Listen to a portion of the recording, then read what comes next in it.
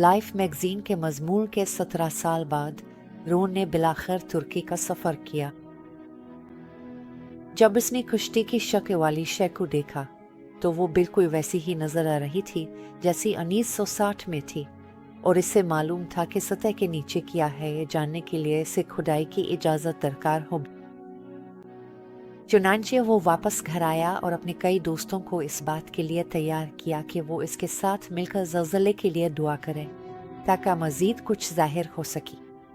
1978 के आखिर में इसे मशरक़ी तुर्की में एक ज़लज़ले के बारे में मालूम हुआ और वो अगस्त 1979 में वापस आया। जब वो वहाँ पहुँचा तो जो कुछ उसने देखा इससे वो हैरान रह गया।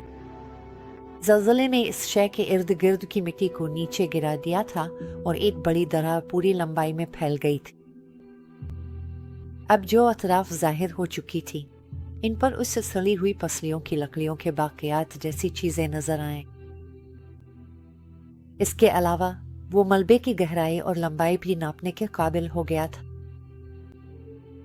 ये 515 फुट बिल्कुल 300 शाही मिस्री हाथ के बराबर था।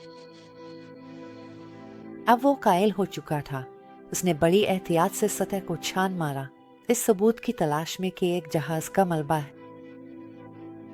इसने वो देखा जो वो समझता था कि वो यकीन रखता था कि ये एक कदीम जहाज की पथराई हुई साख्तें हैं जिसका अर्शा गिर चुका था। इसे अर्शे के जुवाइस्टस और अर्शे को सहारा देने वाली लकड़ियां जैसी चीजें नजर आए।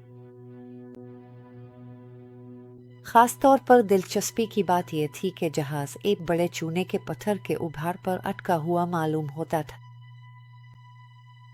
इसने नतीजा अखज़ किया कि इससे जाहिर होता है कि जहाज किसी और जगह से फिसलकर इस चट्टान पर आ गया था।